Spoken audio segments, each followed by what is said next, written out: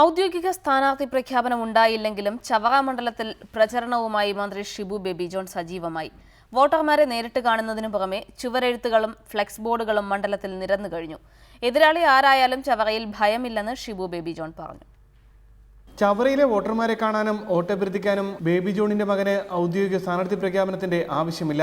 വിവാഹ ചടങ്ങുകളിലും ആഘോഷ പരിപാടികളിലുമെല്ലാം പങ്കെടുത്ത് ഷിബു ബേബി ജോൺ മണ്ഡലത്തിൽ സജീവമാണ്. UDF സ്ഥാനാർത്ഥിയായി ഷിബു ബേബി ജോണിനെ വിജയിപ്പിക്കണമെന്ന് അഭ്യർത്ഥിച്ചുകൊണ്ട് മണ്ഡലത്തിലുടനീളം ചുവരെഴുത്തുകളും ഫ്ലെക്സ് ബോർഡുകളും നിറഞ്ഞു കഴിഞ്ഞു. എനിക്കിവിടെ പ്രത്യേകിച്ച് ഒരു പരിചയപ്പെടുത്തലിന്റെ ഒന്നും ആവശ്യമില്ല. അന്നേരം അങ്ങനെ ഒരു പ്രചരണത്തിന്റെ ഔപചാരികമായ പ്രചരണത്തിന്റെ തുടക്കം ആരംഭിച്ചിട്ടില്ല. പക്ഷേ മണ്ഡലത്തിലെ എല്ലാ കാര്യങ്ങളിലും ബന്ധപ്പെട്ട് നിൽക്കുന്നു. ചവറയിൽ ഇടതുപക്ഷത്തിന്റെയും BJPയുടെയും സ്ഥാനാർത്ഥി ആരാണെന്ന കാര്യത്തിൽ വ്യക്തത വന്നിട്ടില്ല. എതിർ സ്ഥാനാർത്ഥി ആരായാലും മണ്ഡലത്തിൽ UDFന്റെ വിജയത്തെ ബാധിക്കില്ലെന്ന് ഷിബു പറഞ്ഞു. ഐക്യജനാധിപത്യ മുന്നണിയുടെ ഒരു തെക്കൻ കേരളത്തിലെ അല്ലെങ്കിൽ ഏറ്റവും ശക്തമായ മണ്ഡലങ്ങളിലൊന്നാണല്ലോ. അന്നേരം പിന്നെ മറിച്ചൊരു ആശങ്കയ്ക്ക് യാതൊരു അടിസ്ഥാനവും ഇടയുമില്ല.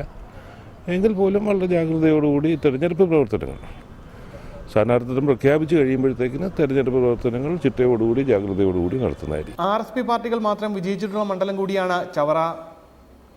ഉമേഷ് ബാലകൃഷ്ണൻ, റിപ്പോർട്ടർ, കൊല്ലം.